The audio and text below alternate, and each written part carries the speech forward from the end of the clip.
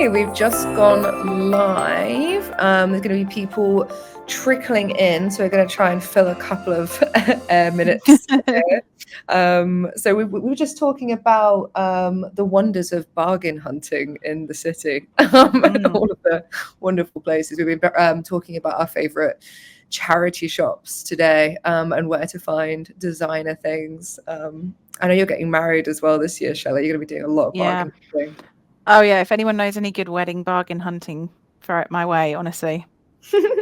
Whereabouts are you joining us from today, Shelley? So I'm based down in Kent. So kind of like down, I would say down by the coast, but I'm probably about an hour from the coast, to be fair. So I would say like North Kent, yeah. Nice. I'm in pretty central London at the moment, today at our office in Farringdon, Staffbase office. Ooh. And it's been chucking rain most of the morning. And I'm so disappointed. Our last LinkedIn Live, it felt like a really springy day. It was just after Valentine's Day. Yeah. Flowers in my background. And I was like, oh, spring is coming. No. The last in-person event as well. Do you remember how sunny that day was and the view over the Thames in?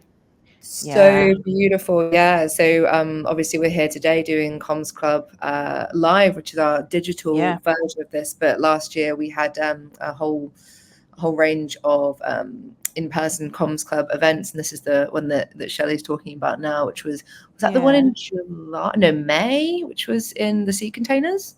Yes, that was the one. Yeah, I was just trying to think. Yeah, the view was stunning. I remember it was really sunny, but it wasn't that warm, was it? It was like a mirage. No, yeah, we had a lovely space for that. Yeah, and they had like a rooftop, like garden stuff. I've got so many pictures of the sunset. Yeah, it was lovely. But yeah, I'd love to hear from anybody watching where you're dialing in from today as well. I think we're coming up to 2 minutes live, so we can probably kick off in just a second. Yeah, there's some comments coming in as well, so fabulous. That's a good sign. Sunny PA, gorgeous. I love that. We're reaching everyone. It was yeah. Great day. All right, I think we're going to go ahead and kick off. So welcome everyone to our second Comms Club Live, LinkedIn Live. Today we are looking at crafting employee-centric narratives to fuel the company story and all that entails. So I am joined today by Shelley, who I'm going to let introduce herself because she's going to do a much better job of it than me. So Shelley, tell us about you. Hi everyone, so I'm Shelley. So I've been at Fresco Group, which is a company that I work for about 4 years. I have a job title which is a very big mouthful, which is Digital Content Business Partner. So don't expect you guys to remember that because it's quite long. But basically, so I know we were talking about, did you mention about the culture? So I wanted to just kind of give you guys a little bit of a background on Fresco before we start. So Fresco is the parent company of several businesses. We own a lot of businesses across the UK that supply fresh produce to supermarkets, retailers and wholesale. So my role particularly is kind of like for the overarching group, if that makes sense. So I'm in a very privileged position where I can see lots of culture and communications and things across the site. So there. Awesome. Thank you so much. All right, I'm just going to go ahead and jump into the meat of our conversation. Please do feel free to drop any questions in chat as they come up for our audience members. And I'm just going to go ahead and try and weave those into the conversation. It's going to be a pretty loose, casual chat. So if there's anything that comes up for you that you're curious about, please get them over and we'll try and get them in. So first of all, in your opinion, Shelley, how do storytelling strategies directly impact employee engagement and motivation? So this is quite an interesting question. So at Fresco, we have many different working environments. So not only do we have like the office-based staff that are based on the computers, we have pack house staff, growers, farmers, etc. So storytelling strategies to us are really important because we need to kind of change how we speak to our colleagues and make sure that everybody is spoken to and feels kind of engaged with, really. So we have our communications app, which is Staffbase, which we have avidly called Grapevine because we are a fresh produce company. So have you heard it on the grapevine is kind of our strap line. So we find that quite key in communicating to staff, because not only does it go on the computer, it sends like notifications to your phone, that sort of thing. So we're trying quite hard to drift signups across the board. But what we've tried to do is kind of change a bit in the way that we communicate to people. So I'll touch on that a little bit later, because I know there's something coming up about different ways. But we think it really impacts the employees, their motivation and engagement quite a lot. So we've started this new series called Look Inside, where we take one aspect of the business, so say one product, for example, and we show it from the ground up. So we talk about from it being planted to growing to harvesting to packaging, and then basically into the supermarket and onto the consumer's plate, really. And in that process, we try and highlight everybody that is part of the story of that crop, shall we say, or the story of that part, and kind of share it far and wide, because I might not have much to do with, say, the tomato area, for example. So reading that is quite interesting, because you wouldn't really know much about it. So then we find that we get quite a lot of engagement from that, because people are like, oh, I didn't know that part, or yeah, that's me, or I did that. So it actually brings different levels of engagement and motivation, which is quite nice. So they kind of increase morale a little bit as well, because they feel like they're being spoken about, or they've contributed to that product. So yeah, I think that's such a fantastic idea, because when you've got such widespread employees across all different areas of the business, something like that, I suppose it's really going to help them feel like very connected to like their part in the journey, in the mission as a whole. So yeah, I think that's a really cool initiative. So thinking a bit more about kind of the storytelling here, how can storytelling kind of help you prioritize employees and strengthen those connections? So very linked. Yeah, so that's a very topical question for us, actually, because this year Fresca is celebrating their 150th year anniversary. Wow. Which blows my mind. Yeah, so absolutely blows my mind. And Fresca Group was actually founded by a family called the Mac family way back when. Please don't ask me the year, because I can't do that maths in my head. But so they found it, and our current chairman, just to give you an idea, is part of the Mac family. He's fourth generation, which means he's the great grandson of the founder, which is absolutely incredible. So as you can imagine, throughout that 150 years, we've had a lot of staff. We still have staff working for us now. I think the two biggest long service awards we've done in the last couple of years is 45 years of service and 37 years of service. That's mad. That's like before I was born. So that's it's insane. So what we want to do is like kind of throughout this year, we want to harness that knowledge and that kind of passion of how it started. And we kind of going to use a lot of employee narratives within that. And we think that like that will help is sort of increase connections between staff as well, because if you're slightly newer to the business, you've got somebody that's sort of seen it from the ground up, and who doesn't love an old story, and every time I see our chairman, he's the chattiest guy ever, and he's like, oh, back in the day we used to do this, or we used to do this type of business. And it's just I feel like it strengthens your connections within the business. And when you see your colleague come up with a long service award, you're just like, wow, I can't believe you've been here that long. And it sort of reignites your need for their knowledge, kind of thing. Oh, 100%. I mean, it's such a long service. It really is, a testament to how well Fresca treat their staff as well. I mean, people don't stick around that long when they're unhappy. Like, I think it's such a wonderful thing to be able to point to and be like, look at these people who've chosen to really share their lives with the business. Ultimately. And just to add to that as well, we've got so many families working for us. So we've got mother, daughters, fathers, sons, siblings, like that sort of thing, all working across like the group, sometimes in the same site. So it's really nice that it kind of has a little bit of a family feel to it. Yeah, that is wonderful. Like the idea of having like multiple generations in a business, like it really just bring it back to that like very people-centric approach that I know that Fresca has. That's wonderful. Yeah, so it's kind of that's something we're going to focus massively on, is like telling the story through people. But it's also nice to have that fresh input as well of new people that have just joined or not too recently joined, because everyone's got a different perspective, right? 100%, yeah. And I think it's so important to be like offering spaces where people can learn from each other, you know, like just because something's, it's that classic thing of just because something's always been done that way doesn't mean it's the best way to do it. And then you've got these amazing kind of font of knowledge from the people that have been there for so long. So yeah, that's brilliant. So again, linked to that, another question that we've got here. Can you provide some examples maybe of successful strategies that have helped you foster a stronger connection with your workforce through storytelling? Yeah, so we have a couple of ways that we kind of can measure this. So with the strategies, we always try and think is like, right, we need to focus on the people here. They're kind of our biggest seller, if that makes sense. So we will, like I said, we will post about those long service awards every single month. We will post out who's got a long service award. We'll do a little bio on them. We will, you know, share their information, and that kind of makes them feel empowered. And a lot of people comment on that as well that work there. And you can guarantee that without fail, the chairman will comment as well and say congratulations for your service, which is really nice, like, for them to feel kind of wanted and needed. The other thing we do is that when we launch products, so obviously we have our base level products that we have contracts with and we provide them, but occasionally we'll get like an ad hoc product, for example, that there's a need for in a supermarket, and if we can fulfill that need, we'll do it. So we had a line recently go live in Waitrose, which is currently still live now.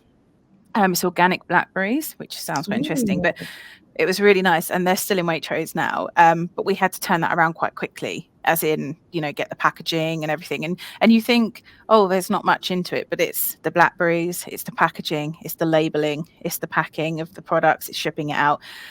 So we told the entire story of how that happened, from basically growing to stores, and thanked everybody that had involved along the way. And it's really nice when you've got colleagues that have been there for a long time, but also relatively new colleagues that this was like their first product that they've worked on, or their first project. So, you know, it's kind of what we do is when we have a situation, it can be quite reactionary, our business. So we have to like fulfill a need or something.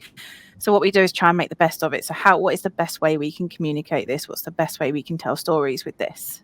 And kind of go that way, really. So I hope that's answered your question. Absolutely. Yeah, I love that. Like, we, you know, we just talked about it as well. Like that kind of taking it from farm to shelf is a really fascinating story. And I think people in every industry can, you know, empathize with that feeling of you're kind of reactionary and you're sitting in your box, and you're trying to kind of give people what they want, but actually feeling like you're part of the bigger picture and actually understanding that journey is actually quite hard. And like I find that as well. So like being in customer marketing, I'm quite lucky because I get to speak to our customers all the time and hear directly from them about how Staffbase is changing their business and the way they communicate. But there are people that are involved in the very like technical aspects of what we do. Don't get to see a lot of the, you know, kind of joyful anecdotal impact of their work. So having times that we can share those and each other's experiences, like, you know, it's all about that product narrative, which is really absolutely. Yeah. And it's, you know, there's nothing more rewarding, right, than seeing the end result. So what we do is when we do post what stores they're in, and we say, you know, please do go and have a look. If you have a look, take a picture of it on the shelf, you know, because there's that sense of pride, isn't it? Like I helped this get on the shelf, you know. So massively. Yeah, even like, so when I've worked on like a case study or something like this, and I go out into the world and I will see like the brand name of somebody that I know I've worked with, like, oh, I know the internal communicator from that person. Is that a thing in their head? Connection, which is, it's just, it's unbeatable. It's really lovely. Absolutely. Awesome. I'm gonna look out for the organic blackberries now, because like please do. Please do. They're in like I think over 150 stores, definitely. So they're definitely all over. Brilliant. I want to do some more baking this year. So there you go. So moving on, what metrics or indicators are you using to kind of measure the impact of these stories? So that's a good one. So obviously it's down to the initial engagement rate. So it's not just who's liked and commented, it's who's read the post, who's revisited the post to read it again. So sometimes you'll open something at work, won't you? And you think, I need to read that again later. We look at what device they've opened it on, just to kind of get some metrics to see how successful that post was and what we can learn from it.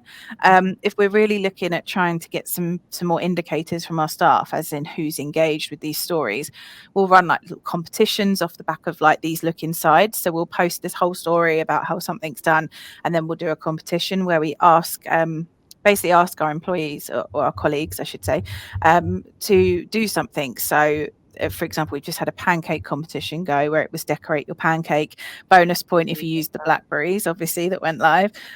We do pumpkin carving, which is amazing. And it's so good because we get everyone so involved and everyone's commenting with their entries and replying back. And it's just really nice. And then obviously we give them away. We give them a competition, a prize. So we've done Amazon vouchers, but at the moment there seems to be a hype around these Jellycat toys. So I don't know if you guys have heard of them, but like produce related Jellycats. The most recent one was these giant blackberry ones with like a little squirrel inside that they went mad for them. The pumpkin ones are the best. They're like sort of little pumpkins. There was people, honestly, we've got such high demand. We've had to do like a prize per site now.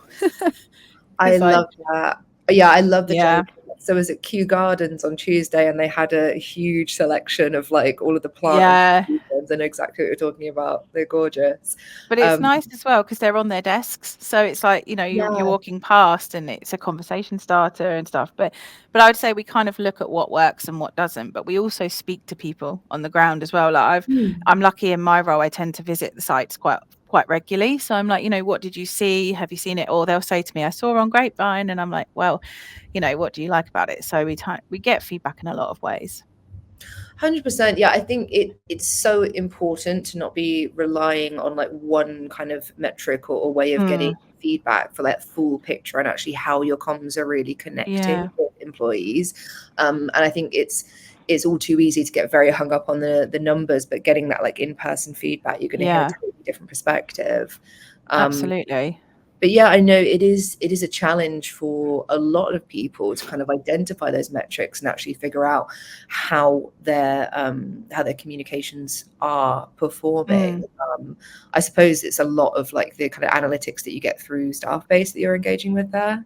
Yeah, and we do so we do a couple of types of listening groups as well. So we do a listening group and an employee kind of feedback group as well. So some of the listening groups will be non-agenda or one-point agenda meetings where basically we will go at 10:30, come to the tomato room, and we're going to do like an employee briefing. Yes, our meeting rooms have product names. Yeah, I just picked up at that. That's so cute. Yeah.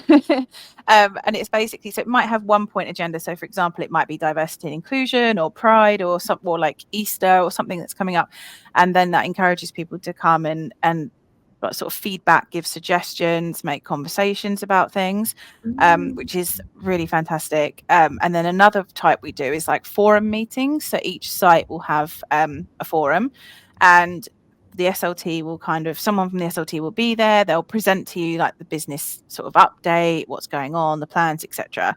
And then the floor is opened for everybody to feedback from their departments. So, for example, if I was to attend that meeting, before I would go, I would speak to everybody in kind of not like my department or my area and say, right, have you got anything you want to bring to the table? And you discuss it, and then minutes and notes are taken. And the next meeting, you either get the outcome unless you've had it already. So it's really, really nice. It's like kind of different ways to get to employees. I mean, I suppose those meetings as well are like really good opportunities to get ideas about kind of new narratives to pick up and stuff. Definitely. So, yeah. I heard you talk about things like sustainability and like pride and things like that. Like, have they been spaces that you've got new ideas for these kind of like, I'm going to call them campaigns that you work on? Yeah, and I mean, it opened my eyes to a lot of things that like you wouldn't realize what happened. So, you know, from the pack house, they might all have an idea and they need to bring that up. But with regards to pride and diversity, it is something that we're massively trying to improve on and focus on. We're part of diversity in grocery, which is incredible. So, and we work with a company called Grocery Aid as well, who kind of offer confidential and everything advice to our colleagues, and they can call them if ever they need anything. So we're desperately trying to sort of speak to the needs of our colleagues and find out what they need.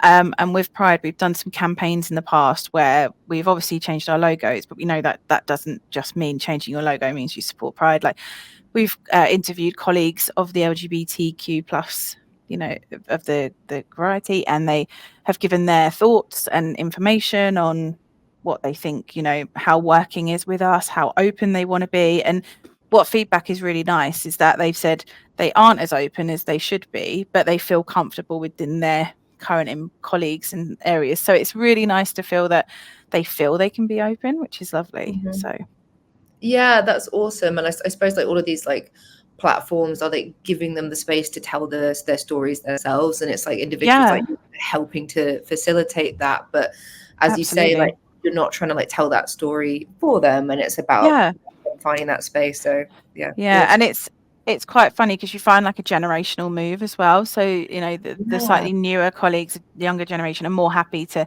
face, name everything online, social media kind of thing, and then the older generation maybe aren't too comfortable with that, but they will give you feedback and say you can use it, but anonymously. And it's like, do you know what? That's still feedback. And we always say to them, do you want us to come back broadly, or do you want to come back like personally to you? And it's just, it's all about kind of finding out how people want to speak to you, but also how they want to be fed back to, because everybody wants to hear back from you when they've taken the time to let you know something, right?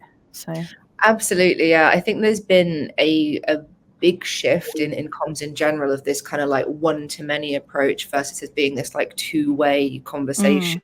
I think having like platforms like the Grapevine is so important for facilitating that, and I know it's something that you're very focused on, which is awesome. I know you were talking about like the competitions, which I absolutely love, so I'm just going to come back to it. I think the gamification is so incredibly key for engagement, and it sounds like you are just absolutely nailing that. We're trying. Yeah, no, it's so fun. I hear from a lot of kind of like IC people that are having like competitions and stuff like that, and also the spotting products in the wild is a really popular one as well. It's grown from influencers in the wild to products in the world, hasn't it? Yeah. No, it's so cool. I love that. Okay, so another question that I would love to look at here. What are some of the challenges organizations might face when implementing employee-centric storytelling, and how might they be overcome? So I actually love this question because we're quite lucky at Fresca that we have, obviously every business has sort of challenges, but our main two, I would say, are very easy to talk about. So one of which is, as I mentioned earlier, the variety of employees that we have. So we have desk workers, we have workers in the pack house that may not have access to the digital space. They don't have hubs that they access all the time. So it's working on how we can speak to them. So it's posters in the break rooms, it's posters in the locker rooms, it's leaflets. We're constantly trying to work on that. So I think that is a big challenge for us, because not only are we trying to communicate, but we're also trying to be sustainable with it as well. Because as much as posters and leaflet and flyer drops and things are amazing, are you being sustainable in that action as well, which is another key. So it's constantly battling those. But the biggest one for us is that the different languages. So across our colleagues, there are 37 different languages spoken by our colleagues at Fresca, which is like insane. And it's amazing because how great is that to say how broad you are? But it's making sure that those colleagues have the communications and the information in a language they would understand, because some of the colleagues, they speak up to like 3 languages, which is amazing. So if we can at least hit one of those to communicate to them, I think that's incredible. So they're kind of the two that we would have, but you've also got to look at it in terms of how engaged they are. So if you can do all this work, but are the colleagues interested? Are they engaged? So I guess that's always a big kind of challenge that everyone will overcome. So yeah, I mean, what I'm hearing a lot is that at Fresca, you've really emphasized like how important it is to be flexible in kind of meeting your employees where they are. Like there is no one size fits all solution to communication. And like, you obviously spent an awful lot of time investing in Grapevine, but that doesn't mean, like you say, that these kind of flyers, newsletters, things like this exactly are important. And I think when you've got, as you have at Fresca, people that have been there for so long, they can be quite resistant to change in general. And it's quite a slow process. I mean, can you speak to maybe some of the tactics that you've used to get people who were more paper-based onto the app? Yeah, so we've actually done some like on ground briefings as well. So one of the MDs have gone into the pack house, like taken everybody off the lines, gathered them, and kind of done a verbal. So that's it. And at every opportunity that happens, we mention the app as well and say, this is where you can get the latest news and information. There's obviously not everybody may have a work device that they feel and they don't want it on their personal device. So that's something that we find as a struggle. But we've put in all break areas, we've put, and in locker rooms, I believe there's computers or tablets that they can access. So it's constantly logged in and you can just access and browse through the feeds and, react to things or even get up to date with the news. We've tried like projector screens as well. So like screens that in break rooms, we've got TV screens around the business that flash up with notes, and there's always a QR code on there to sign up to Staffbase, our Grapevine Staffbase app. So, and we have a feedback line for them as well. So basically, people can call up and leave a voicemail, or they can submit an anonymous form. And the other thing we do is I think twice a year, we do a survey, an employee survey, where everything is asked. It's completely anonymous, so you wouldn't know who said what, but it gives us such good feedback, like sort of how engaged are you in your role? What would you change? It asks questions about like management, how your sort of working day goes, the products we do. So it's so vast. So that's a good way. I love it. That some really cool tactics there, things that I hadn't even really thought about, like projecting them in break rooms, really cool. Yeah.